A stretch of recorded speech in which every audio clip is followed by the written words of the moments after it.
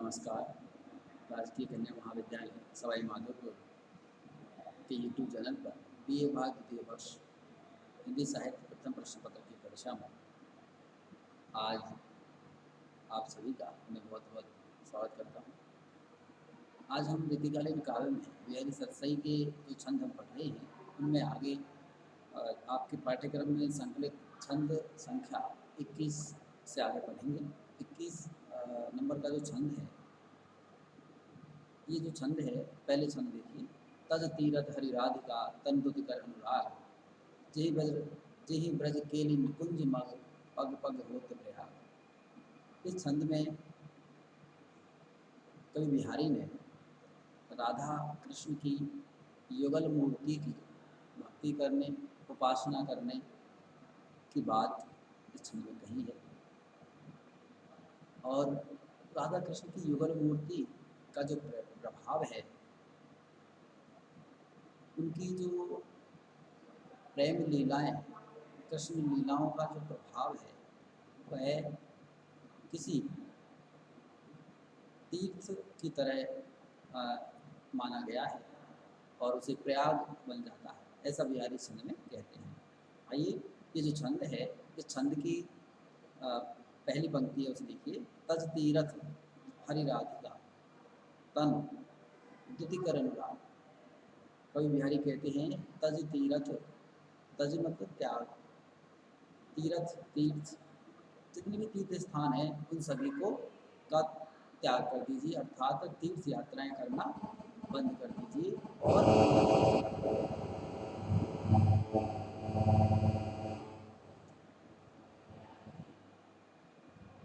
और माफ़ कीजिए, थोड़ा व्यवधान हो गया था कि सभी जो तीर्थ स्थान हैं उनका त्याग कर दीजिए और राधा कृष्ण की जो युगल मूर्ति है, हरि राधिका तन दुति, राधा कृष्ण की जो युगल मूर्ति है उसकी जो आभा है, उस छवि को से कर अनुराग, राधा कृष्ण की युगल मूर्ति की जो आभा है, जो चमक है, जो आकर्षण है, उससे प्रेम कर। अर्थात बिहारी ये कहते हैं कि सभी जो तीर्थ हैं, तीर्थ यात्राएं करना बंद करके राधा कृष्ण की युगल मूर्ति की हमें भक्ति करनी चाहिए। जिहि बस केली जिहि ब्रज केली निकुंज मग पग पग होते प्रयाग, कि जिन राधा कृष्ण की युगल जोड़ी ने ब्रज भूमि में, जिहि जहाँ ब्रज केली, ब्रज भूमि में केली क्रीड़ाएं निकुंज मग, राधा कृष्ण ने ब्रज भूमि में जो निकुंज है ब्रज भूमि के अंदर, वहाँ पर जो भी प्रेम क्रीड़ाएं की, वह जहाँ जहाँ भी वो गए, वो स्थान मग मार्ग, पग पग होते प्रयाग, वो सभी तीर्थ स्थानों की तरह पवित्र, प्रयाग राज की तरह पवित्र वो हो गए हैं। अर्थात राधा कृष्ण की जो युगल मूर्ति है, उनकी जो प्रेम लीलाएं हैं वृंदावन में, ब्रज प्रदेश में उन्होंने जो की, उन ब्रज प्रदेश में तीर्थ स्थल उनका जो स्वामी है प्रयागराज, तो प्रयाग की तरह जो है वो बन गए हैं। इसलिए अन्य तीर्थ स्थानों पर जाना त्याग कर, छोड़कर राधा कृष्ण की युगल मूर्ति और उनकी जो प्रेम लीला, उनके जो स्थान हैं, उनकी पूजा करें, उनकी आराधना करें और वहाँ से जो तीर्थराज प्रयाग के पुण्य का पुण्य प्राप्त करें, ऐसा बिहारी ने इस छंद में, इस दोहे में ये बताया है। तो राधा कृष्ण की जो भक्ति है उसे तीर्थ यात्राओं से कहीं अधिक बढ़कर बताया है। अगला छंद आपका इस जो है कि 22 नंबर का छंद ब्रह्मणी नायिका से है, लेकिन भक्ति संबंधी बात चल रही है तो इसी में एक छंद और है जो कि भक्ति भाव से संबंधित है और भक्ति भाव से संबंधित होने की वजह से उसे हम पहले देखेंगे। छंद नंबर 26 नंबर का जो छंद है आपके पाठ्यक्रम में बिहारी सतसई जो पुस्तक है उसमें 361 नंबर पर आता है। तब देखिए, तो लघु या मन सदन में हरि आवे की बाट, विकट जटे जो लघु निपट, फुटे न कपट कपाट।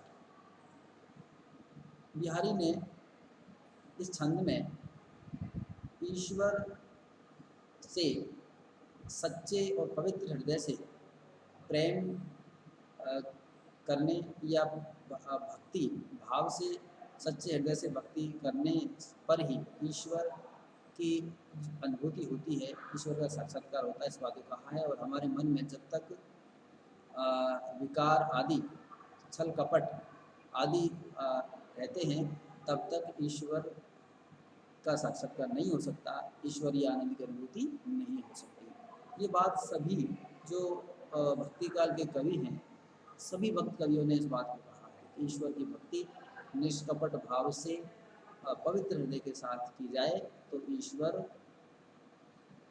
से साक्षात्कार किया जा सकता है। तो बिहारी भी भक्ति की जो त्रिवेणी में, जो भक्ति की धारा अपनी सत्सई में जो त्रिवेणी प्रवाहित की, उस भक्ति की धारा में भक्ति काल के प्रभाव स्वरूप ये जो छंद है, उन्होंने ऐसे सत्सई में कई लिखे हैं, तो उनका एक छंद ये भी है। तो लघु या मन सदन में, तो मीन्स ब्रज भाषा में तो का अर्थ होता है तो लघु, तो मीन्स तब, लघु तक, तब तक, या मन सदन में, मन रूपी घर में, मन सदन मन रूपी घर में, हरि आवे की बाट, हरि ईश्वर किस रास्ते से आएंगे, कि कैसे, बाट मार्ग रास्ते से आएंगे, हरि आवे की बाट, विकट जटे जो लघु निपट, विकट, विकट मतलब बहुत भारी, जटे, जटे मीन्स जुड़े हुए, लगे हुए, जो लघु, जो लघु, तो लघु, जो लघु जब तक, तो लघु तब तक, तो जो लघु जब तक, निपट फुटे न कपट कपाट, कि जब तक आपके हृदय में कपट के किवाड़ पूरी तरह से बंद हैं और बहुत भारी जो किवाड़ बने हुए हैं वो बहुत पूर्ण रूप से बंद हैं, तब तक ईश्वर या हरि आपके किस रास्ते से आपके मन सदन में प्रवेश करेंगे।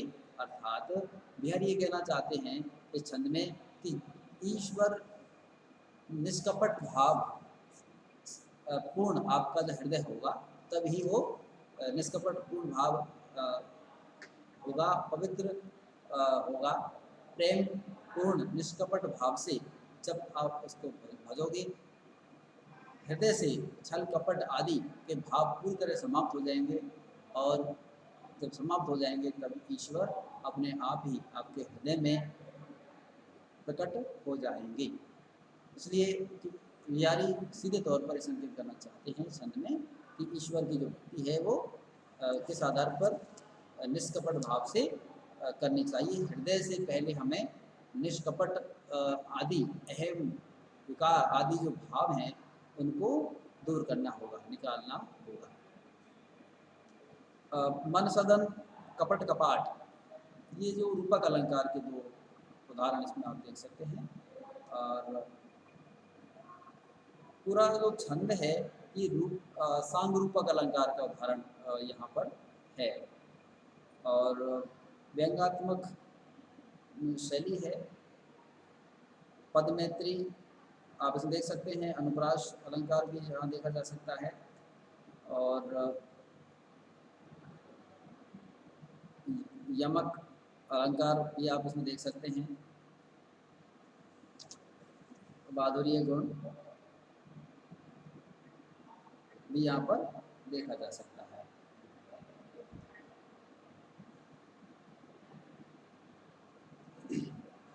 अब अगला जो छंद है वो हम पढ़ने जा रहे हैं। तो आप देखिए छंद संख्या 22। छंद संख्या जो 22 है, हमने 26 पहले पढ़ लिया भाव साम्यता की वजह से।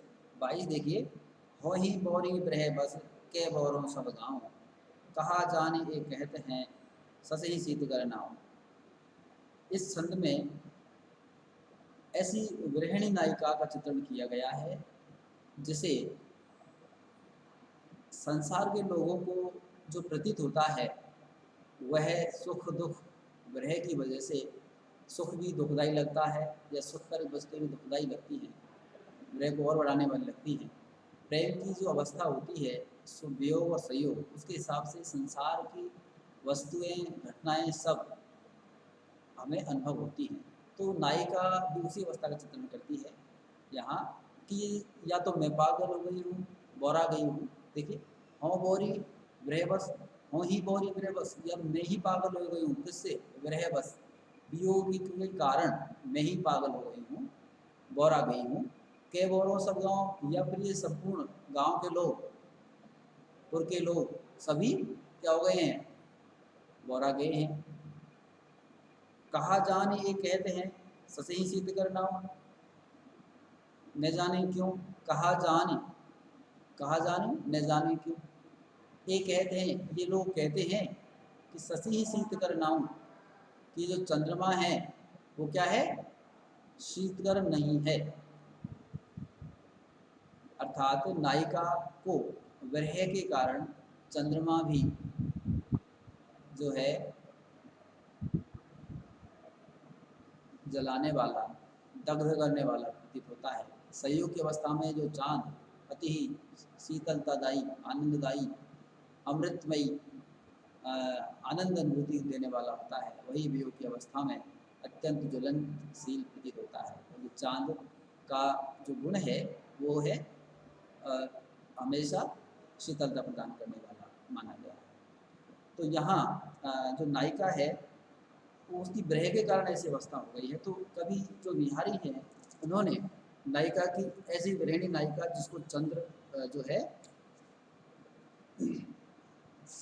दग्ध करने वाला प्रतीत होता है, तो उसी अवस्था का चित्रण किया गया है। के बोरो सब गाँव के बोरी हो ही ब्रह बस। इसका मतलब संदेह हो रहा है कि या तो ये पागल हो गए हैं या मैं पागल हो गई हूँ। तो इसलिए यहाँ पर संदेह अलंकार आप देख सकते हैं। और आपका जो अनुप्रास तो उसमें है ही। अगला जो छंद है देखिए, इसमें है जिन देखे वे, जिन दिन देखे वे कुसुम गई सुबीत बहार। जिन दिन देखे वे कुसुम गई सुबीत बहार, अब अली रही गुलाब में अपत कटीली डार। इस छंद में अपत बिहारी ने अन्युक्ति शैली में चित्रण किया है। और ऐसी नायिका जो कि विगत यौवना है, जिसका यौवन ढल चुका है, जैसे, और उसको अन्योक्ति के माध्यम से प्रस्तुत किया है। व्यंग्यात्मक शैली में अन्योक्ति के माध्यम से प्रस्तुत किया गया है। तो इसमें जिन दिन देखे वे कुसुम गई सुबीत बहार, अब अली रही गुलाब में अपत कटीली डार। जिन दिन देखे वे कुसुम, कि जब, कुसुम से तात्पर्य यहाँ यौवन से है, और या शारीरिक युवावस्था में जो शरीर के अंग प्रफुल्लित होते हैं, विकसित हो जाते हैं, उभार पर आ जाते हैं, उनके लिए ये कुसुम यहाँ पर प्रयुक्त हुआ है। गई सुबीती बहार, बहार यौवन के लिए आया है। अब अली रही गुलाब में अपत कटेली डार। अली जो प्रतीक है भमरे, अली का सामान्य अर्थ भमरा है, लेकिन यहाँ जो अली है वह शब्द यौवन रूपी मधु का लोभी नायक, अली नायक के लिए आया है, जो कि किसी नायिका के यौवन के रस का लोभी है, उसके लिए ये आया है। तो यहाँ पर ये कहा गया है कि नायक नायिका के सौंदर्य देखकर कहता है कि जिन दिन देखे बेकुसुम गई सुबीती बहार, कि जिन दिन नायिका का जो शरीर यौवन काल में था, तब उसके शरीर के सारे अंग प्रत्यंग पूरी तरह से पुष्प की भांति प्रफुल्लित थे और पूरे शबाब पर थे, उभार पर थे। अब अली रही गुलाब में, और लेकिन अब गई सुबीती बहार, लेकिन अब वह जो वसंत बहार का मौसम था वह चला गया, अर्थात यौवन का जो काल था वह समाप्त हो गया। अब अली रही गुलाब में, और कि हे बमरे, अब जो गुलाब है उसमें क्या है, सिर्फ यौवन चला गया, बसंत बहार का मौसम चला गया, तो गुलाब में अर्थात नायिका के शरीर में अब क्या बचा है, अपत कटीली डार, मात्र कटीली डार बची हुई है, अर्थात नायिका के शरीर में वृद्धावस्था का समय आ गया है और उसमें मात्र हार्ड मास जो हैं वही बचे हैं, उसमें यौवन की जो चमक, अंग प्रत्यंगों का आभार, वे सब समाप्त हो चुका है। तो इस तरह का जो अन्योक्ति शैली में नायिका के शरीर के यौवन और उसके जाने की जो अवस्था है उसका चित्रण यहाँ पर किया गया है। दूसरा अन्योक्ति से ये भी अर्थ ले सकते हैं कि कभी जो धन वैभव संपन्न जीवन था वह भी अब क्या है, पूरी तरह से निर्धन हो चुका है। तो ये भी एक अन्योक्ति से अर्थ लिया जा सकता है। अनुप्रास अन्योक्ति अलंकार मुख्य रूप से यहाँ पर देखे जा सकते हैं, और व्यंजना जो शब्द शक्ति है वो उसका यहाँ पर प्रयोग इस छंद में किया गया है। अगला जो छंद है वो देखिए, ये गृहिणी नायिका की जो अवस्था है उसका बिहारी ने अतिशयोक्तिपूर्ण चित्रण इसमें किया गया है। तो ये है, देखिए छंद संख्या 25 है ये, संख्या 24 नंबर है।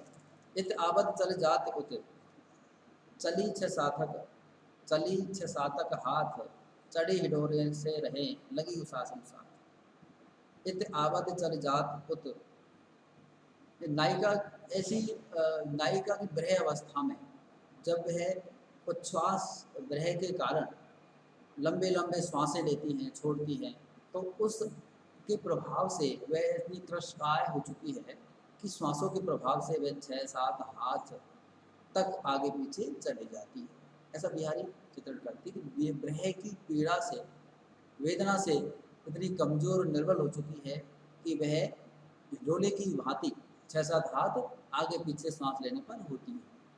सीधी सी बात यह है, तो नायक बिहारी उसे अतिशयोक्तिपूर्ण शैली में किस तरह से कहते हैं, तो उसको हम शब्द से देखिए। इत आवत चल जाते होते, इत इधर, उत उधर, इत आवत इधर आती है, चल जाते उत चली जाती है, उधर इधर आती है, फिर उधर चली जाती है। कितनी चली, 6-7 का हाथ, और वो कितनी चलती है, 6-7 हाथ इधर आती है, उधर चली जाती है, जैसे कि हिंडोला झूला जो 6-7 हाथ आगे पीछे चलता है।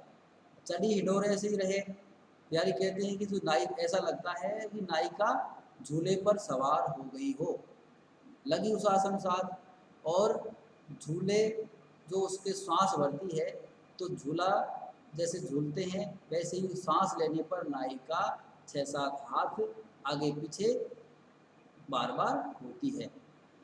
और ये क्यों होती है, विरह वेदना में लिए जाने वाले जो उच्छ्वास है उनकी वजह से नायिका का जो शरीर है वो 6-7 हाथ आगे पीछे हो जाता है।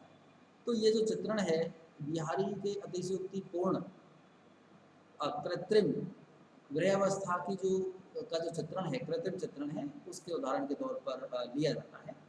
और इसमें अतिशयोक्ति जो छंद है, उस माफी अतिशयोक्ति अलंकार है, वही मुख्य रूप से इसमें आया है। और आपके